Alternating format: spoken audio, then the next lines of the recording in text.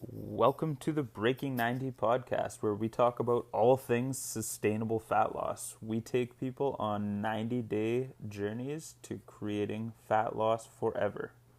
Thanks for listening. I hope you enjoy the episode.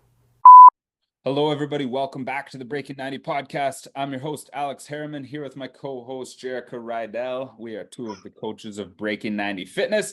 We've got Coach Beckett in the background, giving us a little background noise. Oh, just wait till he can talk, everyone. Yeah, exactly. You know what? This is what our audience is all about, though. Everybody can relate, and everybody's been there, so it's awesome. We love it. Kids and pets are always welcome. Yes, yeah, we've all got those. Cool. Let's roll. So one thing that well, wait, before we roll, I want to know what's new with you. Okay, all right. I haven't talked to you in a long time. Yeah, it's true. It has been a while. So what's new with me? I've been we're right in the middle of like all the outdoorness right now. So like most people listening to this know we have a 1-year-old lab. Gary, our 1-year-old lab, is like super active. So getting him outside as much as possible. My son Emerson now is 6, so he's getting good at stuff. Like, what do you mean stuff? Well, when like you're gonna see this in the next like year or two, where it's like, oh, let's go for not the next year or two. You're gonna see this when like Beckett can start like riding a bike. It's like you can't actually go for a bike ride because they suck at riding a bike. Learning. Yeah. I see what you're saying. Right. Now it's let's go for a ride in the trails, and you can do that. Yeah, Emerson's starting to get to that age now where it's like fun. We can actually go for a bike ride. He can keep up with me. We can actually play road hockey and like have a fun match. We can actually like pitch a baseball to each other and hit it. So it's like, cool. Yeah, it's a pretty wild age. And I remember when he was first born, I didn't think I would like really enjoy those first couple of years because you couldn't do that kind of stuff. But I loved it for so many different reasons. There's like, you just get to spend so much time with them. You get to see them change and grow so rapidly. Like, it's so exciting. But now that he's getting to this stage, this is the stage I always envisioned being the most fun. Yeah. It's like, it's freaking cool. Is it living up to its hype that you always... I think every stage has like surpassed its hype. I think parenthood's like the most fun thing.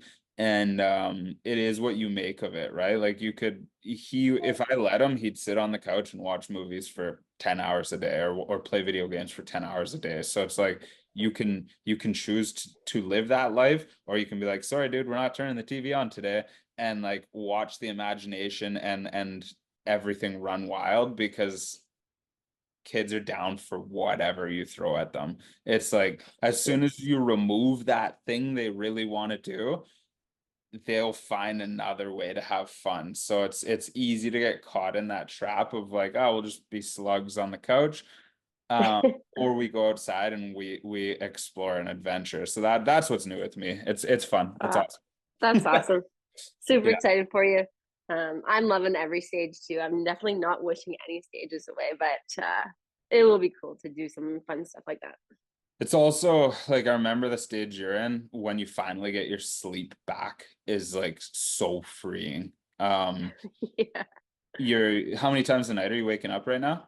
I really don't have it too bad, but we're just in a little phase right now. Like last 2 weeks have been rough. But typically like 2 times. Like, I've never had it that bad yet. It's still like, oh, it's still 2 times a night though, right? And like, when you get to the point where like almost every night is a full sleep, it's like, holy shit, you feel like you're always on energy drink. That's true. Like, that will be, I had one night where he slept through the night after his needles or something. He was just like so exhausted from it. And well, what first things first is I checked the crib. I'm like, is he okay? And then second, I didn't know what to do with myself that day. I felt like a different person. So I'm looking forward to it, but we're good. We're doing all right over here. Yeah, it's fun. Cherish it for sure. Okay, so what I kind of want to talk about today is we've got a lot of people playing different sports, different activities, different things they're passionate about. We have some people that are like really into pickleball, some people are really into golf, some people are starting stand-up paddle, some people are doing volleyball. I'm trying to think of what other things our clients are getting really into. Spartans. Oh, Spartans, that's a great one. Just outdoor running in general, and then obstacle course running. Yeah. And I know like at this point we're well into a lot of these seasons, but a lot of people exercise for the sake of exercise and then do their sport for the sake of doing their sport, and they don't use the two to complement one another. Right? Right. So, Yep. so what I want to talk about a little bit today is how we can use exercise to complement the activity that we're passionate about. Make sense? Cool. Yeah. Cool. You want me to start, or you want to start? Well, I can just open up by saying, like, we're obviously going to dive into like functional fitness and functional movement. And what that term is, and people must hear this term get thrown around, especially since CrossFit's been around, right? The term functional fitness has been Totally.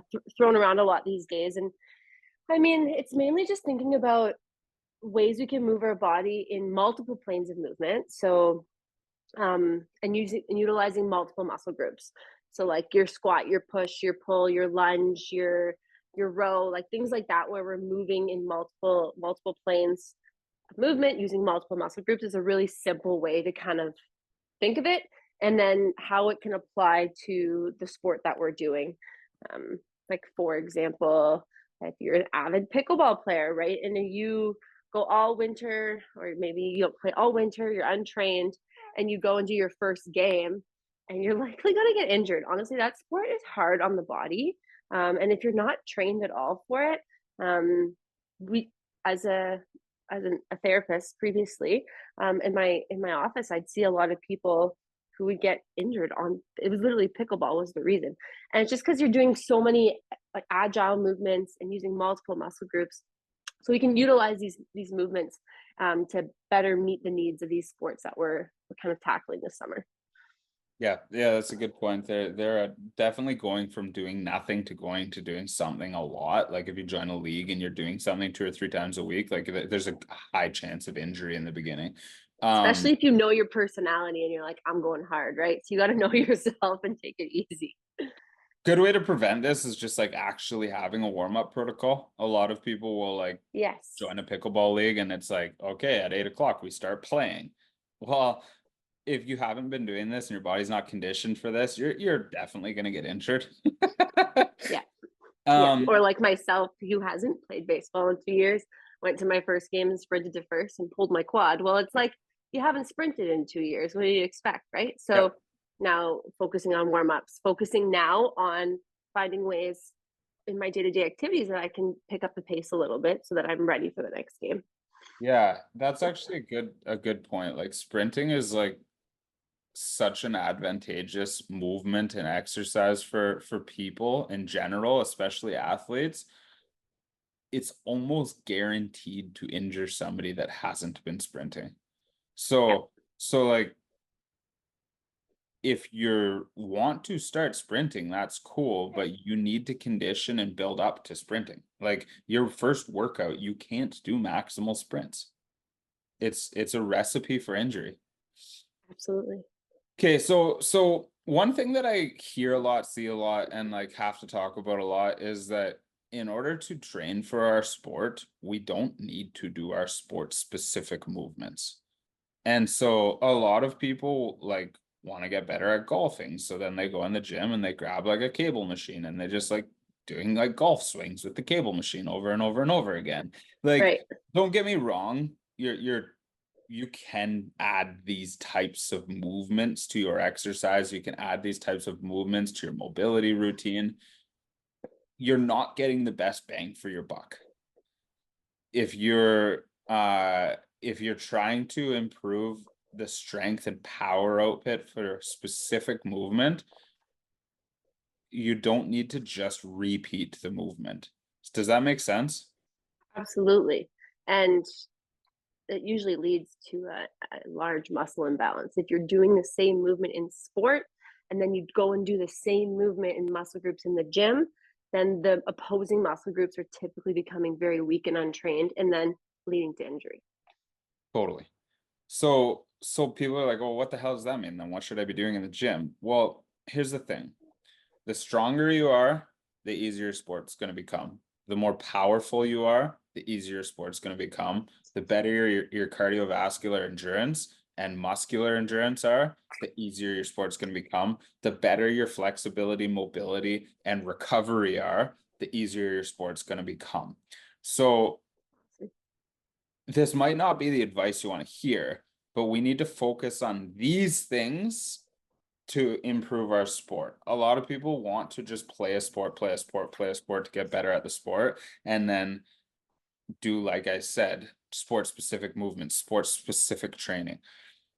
For the most people, I disagree. I think we should instead be focusing on increasing power, increasing strength, increasing mobility, flexibility, recovery, and total endurance in order to get better at our sports. And the easiest way to do that is to not combine two things. So as an example, if I'm talking about if I want to increase my strength and my balance, standing on a Bosu ball and doing squats is not the most efficient way to increase my strength or my balance. Right? Does that make sense? Yes. Will it increase both? Potentially. We could squat on a Bosu ball and we could get a little bit stronger. We could squat on a Bosu ball and work on our balance, or we could separate the two and do balance specific movements, and we could do squat and strength specific movements to really get strong in a squat. And you can lift significantly heavier in a squat on a floor than you could on a Bosu ball. So your strength would be tenfold increased. And your risk of injury would decrease significantly as well. Right. And so this is what I'm getting at as we look at how to train for our specific sports and what it should look like. What would actually make me much better at that sport? Would having more powerful legs, more explosive legs, be a really big asset for this sport? Okay, I need to prioritize squats. I need to prioritize deadlifts. I need to prioritize hip thrusts. If these are the types of movements that are going to really create power and strength in those muscles that are then going to go and translate to me performing better in that sport. Boom. Yeah, that's exactly the conversation I had regarding my sprint injury. Someone on my ball team is like, well, like, when are you, like, how are you going to fix that? And it's like, well, I'm going to start squatting because my legs are clearly weak from not having exercise for, like, intentionally exercise for a long period of time. So if I start making my muscle group stronger, mainly my quads, my glutes, my hamstrings, etc., increase my speed a little bit when I'm doing my runs or my sprints, over time it'll get there. I'm not going to max out tomorrow. I'll max out maybe in 4 or 5 weeks from now. Yeah, or never, because I mean, we're always growing, right? Well, I mean, sorry, max out my sprints in my baseball game again. I'll give it some time. Yeah. And that's hard. I mean, obviously in the heat of the moment, you make decisions that aren't necessarily decisions you would make if you had more time to think about them. So that's like my big message, is that whatever it is that you're training for, I think we'll break down like running and obstacle course racing maybe after, but whatever it is you're training for, I want you to think of what would be a really great asset in that sport. And then instead of doing that specific movement, we think of how we can increase that specific asset. So if, like, I know my cardiovascular endurance is holding me back in a soccer game, I'm burning out, I'm wheezing, then I need to look at ways to increase my total cardiovascular endurance, rather than like, oh, just play more soccer.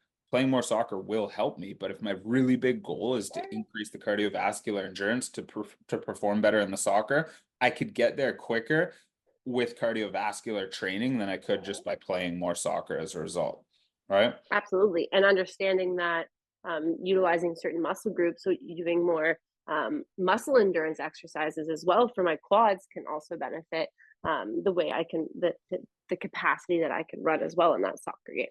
So like you said, do a couple squats, work on my cardio. You don't just have to go play a million games of soccer to get better. That's what a lot of people don't understand or don't like is, or don't maybe acknowledge, is that they're like, well, I don't really need to get any stronger. I don't have strength specific goals, but getting stronger makes every activity we do easier.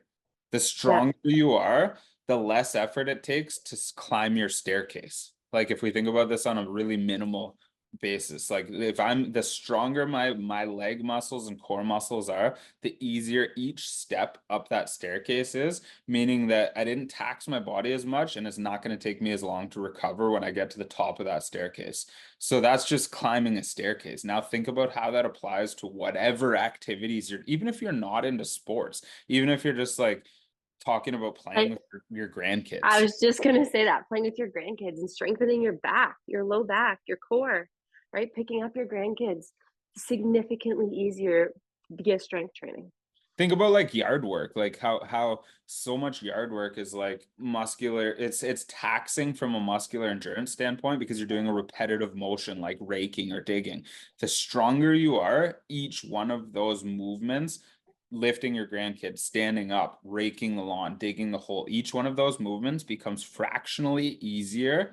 The whole movement taxes you less, you recover from it quicker, and you can do it for a longer period of time as a result. And this is a really great example. You're saying, okay, gardening. Well, if you want to get better at gardening, we're not just going to say go garden more because it's going to make you less sore. It'll probably make you more sore if you garden more, right? So we would tell you to go strength train, build those muscles, exercise those muscles. Well, this applies for sport as well, right? We're not saying go play a million more games of soccer. We're saying, okay, let's work those muscles that are required that are used in that sport. So you can kind of use those examples interchangeably. Yeah, and it doesn't mean you need to go into the gym and look for the exercise that exactly replicates gardening. You need to think about the muscles that are Exactly. getting taxed and where you get sore, where you have the hardest time recovering, and which muscles are being used. And then we find efficient ways to train those specific muscles as a result. Yep. Love it. And Okay. there are ways to get more bang for your buck in terms of, like, we talk about compound movements. Like if you only have 20 minutes, well, let's do a compound movement, a movement that's going to utilize multiple muscle groups, like a squat, a deadlift, a shoulder press, a bent over row, things like that, right? That you'll get more bang for your buck out of. And we've touched on those in previous podcasts as well. And most workouts are going to be designed in a manner that you start with a big compound movement, and then as the workout trickles, you kind of move into the smaller isolated movements anyways. So if you are pressed on time, getting those compound movements in is definitely going to give you best bang for buck. Yep.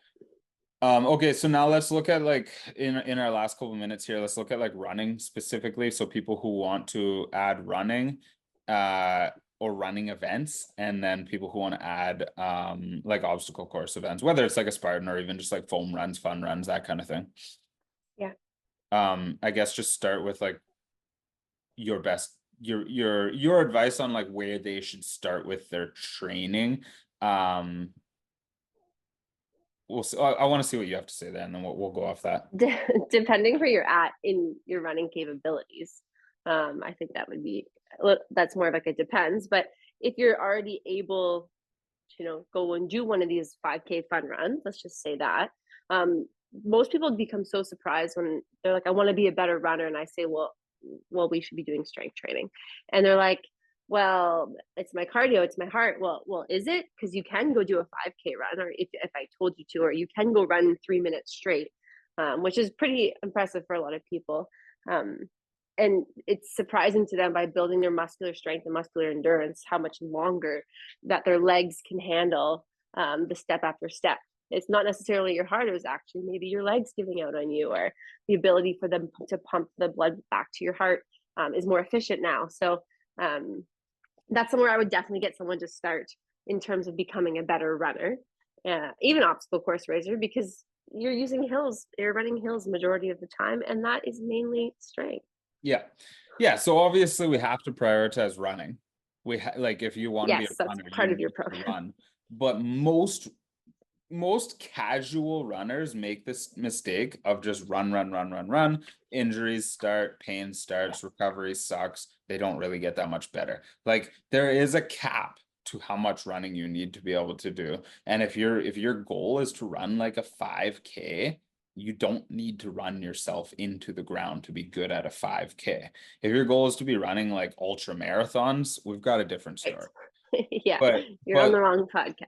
Yeah. So like just consider that. Get yourself to a reasonable cardiovascular base for sure. Add the running so we should sit down, look at a plan that's going to get you to the point where you can comfortably run 5K. But then when you're looking at really getting a lot better, if you're not already doing mobility work, recovery work, and strength work, you're not optimizing your training if it's that important to you. Right. And I love that. I think I want to touch on this earlier, but I forgot that you brought in the mobility aspect, because when we're talking about sport and getting better at certain activities, it's functional fitness is also the ability to move through these movements with little to no not resistance is not the right word, but not without too much struggle, right? Like we're able to get into a bottom of a squat comfortably. And that's our mobility. That's our ability to move our joints through these full ranges of motion. So incorporating these parts into our exercise, whether that for some people, it might be setting 5 minutes to do some stretches. For some people, it's just doing their squat right to the floor with maybe lighter weight than doing a heavy squat, only half range of motion, right? So we don't have to always set X amount of time to do specific stretches. We can incorporate them right into our routine by ensuring that we're moving through these full planes of motion all the time, and not just pressing a shoulder press halfway above our head, getting into full extension, locking it out. Those things are going to improve our mobility as well as our strength at the same time. And that's like one of the most common things we see with people who are casual, like beer league athletes. They really love their sport. They take their sport seriously. They push themselves hard in their sport. They get injured over time. We see a lot of repetitive use injuries, especially in runners, casual runners. Do yourself a favor and consider these other factors to help prevent those injuries and to continue playing the sport that you love. Absolutely. Cool. Yeah. That's good for me, man. I think we touched on the important parts there. So I guess what I'll leave you guys with as a tip is looking for opportunities to work on mobility and work on strength training. These can be short and sweet. Like we've talked about it lots in our episodes before, but 20 minutes is a lot of time to make progress. This doesn't need to be all or nothing. Look at getting things like bands that you can do at home, really short circuits, really short strength training periods, really short mobility periods. This is what's going to make it achievable for you. Just like our nutrition, if it's ready, convenient, and available, we'll probably eat it. We'll probably do the exercises if they're ready, convenient, and available. So make that as ready, convenient, and as available as possible for you, at least in the beginning as you build that framework. And then over time, you can look at options like going to a gym or creating a more serious routine from there. Awesome. I've been watching I get 20 minutes of a show at night after I put them down, and I've been putting my foam roller right on the coffee table before I put them down. So I come out and it's like my show and my foam roller. It's like you have no choice. Yeah. Love it. You're making it ready, convenient, and available. That's right. It's like washing and chopping your fruits and vegetables. The easier it is for you to eat them, the more likely you are to eat them. That's true. Love it. All right, guys. Thanks for being here. Wherever you are listening today, do us a favor, take a screenshot, share it to Instagram, tag at Breaking 90 Fitness. And we'll see you next week on the new episode.